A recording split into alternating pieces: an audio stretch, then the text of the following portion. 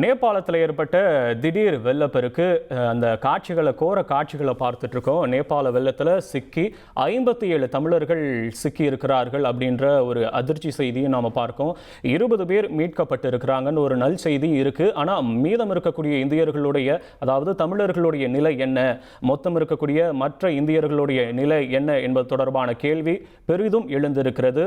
தொடர்பான விவரங்களோடு இணைகிறார் செய்தியாளர் பாரதிராஜா. பாரதிராஜா, இப்போ இருக்கக்கூடிய கிரவுண்ட் சிச்சுவேஷன் இங்கே பதிவு பண்ணலாம். கண்டிப்பாக இப்போதைக்கு நமக்கு கிடைச்சிருக்க தகவலின்படி 500க்கும் மேற்பட்டவர்கள் மொத்தமா மிஸ்ஸிங். லோக்கல்ஸ், அதே போல டூரிஸ்ட். ஏற்கனவே நம்ம பார்த்திருந்தோம் 384 பேர் மிஸ்ஸிங் அப்படின்னு சொல்லி ஒரு லிஸ்ட் ஒன்று பார்த்திருந்தோம். அது வந்து டூரிஸ்ட் லிஸ்ட், அவங்களுக்கு அசிஸ்ட் பண்ண போனவங்க லிஸ்ட். ஆனா இந்த பிளாஷ் ஃப்ளட், அதாவது திடீர்னு ஏற்பட்ட மேகவெடிப்பு வெள்ளப்பெருக்குல 500க்கும் மேற்பட்டவர்கள் காணாம போயிருக்காங்க அப்படின்ற ஒரு விஷயம் இருக்கு. இந்த 500க்கும் மேற்பட்டவர்கள்ல டூரிஸ்டும் அடங்கும். அந்த டூரிஸ்ட் லிஸ்ட்டை பார்த்துட்டோம்.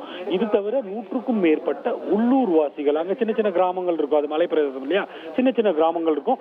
இந்த பகுதியில், அந்த ஆற்றை ஒட்டிய இந்த பகுதிகளில் வசிச்சவங்க நிறைய பேர் மிஸ்ஸிங் அப்படின்ற ஒரு தகவல் இப்ப லோக்கல் அட்மினிஸ்ட்ரேஷன் மூலமா வந்திருக்கு. ஏற்கனவே ரெஸ்கியூ ஆபரேஷன் அப்படின்றது வந்து ரொம்ப தீவிரமா நடந்திருக்கு.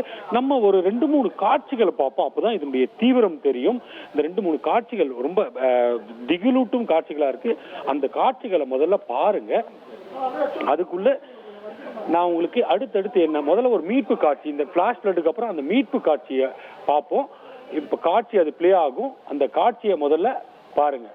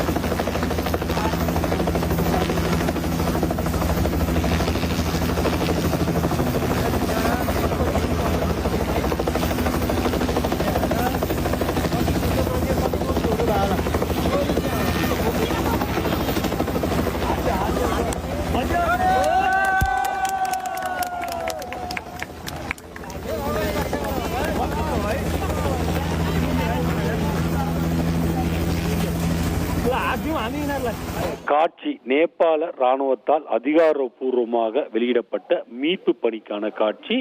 ஒரு நபர் அந்த பிளாஷ் ஃப்ளட், அதாவது மேகவெடிப்பு ஏற்பட்டு அதனால் உருவான திடீர் வெள்ளத்துல சிக்கிக்கிட்டு அந்த பகுதியை விட்டு வெளியில போக முடியாம தவிச்சிட்டு இருக்காரு.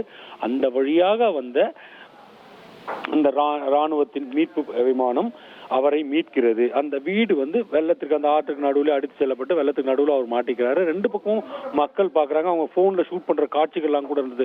ஆனால் அவரை மீட்கணும் அப்படின்னா ஹெலிகாப்டர் தான் தேவை. ஏன்னா கீழே வெள்ள நீர் இருக்கிறது, அதுல அவர் இறங்கி போக முடியாது அப்படின்னும் போது அந்த ஒரு நபரை எப்படி மீட்டாங்க அப்படின்ற காட்சியை வெளியிட்டிருக்கு.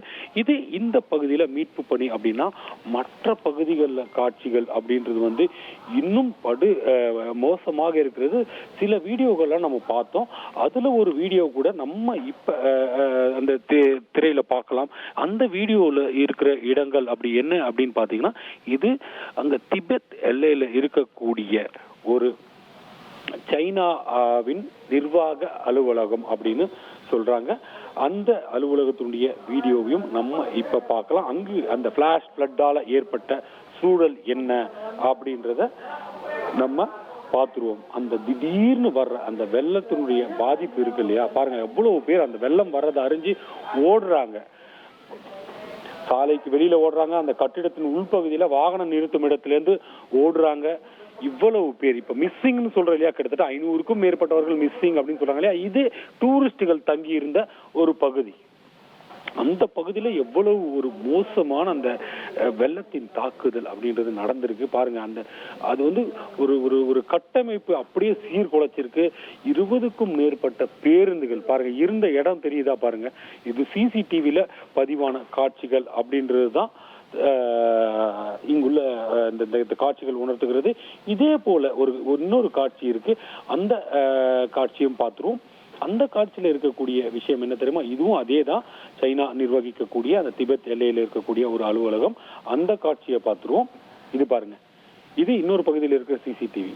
எல்லாம் பிராக்ஷன் ஆஃப் செகண்ட்ல அந்த ஒட்டுமொத்த கட்டிடமுமே முழுமையா எப்படி அந்த இயற்கை பேரிடருக்கு ஆட்கொள்ளப்படுகிறது அப்படின்றது பாருங்க. எவ்வளவு பேர் ஓடுறாங்க. இது தெரிஞ்சு இந்த மாதிரியான, ஏன்னா இது போன்ற நிலச்சரிவு ஏற்படும் போது ஒரு மாதிரியான சத்தம் வரும். அந்த உள்ளூர்வாசிகளா தெரியும், அப்பயே அலர்ட் பண்ணுவாங்க. நம்ம எப்படி நிலநடுக்கம் வரும்போது ஒரு சில முன்னறிகுறிகள் இருக்கும் இல்லையா, அந்த மாதிரியான மழை வரும்போது இடி இருக்கும் இல்லையா, மின்னல் வரும் இல்லையா, அந்த மாதிரியான ஒரு அறிகுறிகள் போல நிலச்சரிவு ஏற்பட்டால் ஒரு சட அப்படின்ற ஒரு சவுண்ட் வரும். மலை பிரதேசங்களில் நிலச்சரிவு இருக்கக்கூடிய பகுதிகளில் அதிகமாக ஏற்படக்கூடிய பகுதிகளில் வசிக்கும் மக்களுக்கு அது தெரியும். அந்த சத்தம் வரும்போதே நிலச்சரிவு ஏற்படுது, கொஞ்சம் பாதுகாப்பான இடத்துக்கு போயிடணும் அப்படின்றதுலாம் அவங்களும் அலர்ட் ஆவாங்க, சுத்தி இருக்கவங்களையும் அலர்ட் பண்ணுவாங்க. அந்த மாதிரி அலர்ட் ஆகி ஓடக்கூடிய சூழல்ல அதையெல்லாம் மீறிதான் இந்த காட்சிகள் அப்படின்றது வந்து நம்ம பார்க்க முடிகிறது. இவ்வளவு பெரிய இயற்கை பேரிடர், ஒரு 500 பேருக்கு மேல மிஸ்ஸிங், அதுல 105 பேர் இந்தியர்கள், 57 பேர் தமிழர்கள், 20 பேர் மீட்கப்பட்டுட்டாங்க.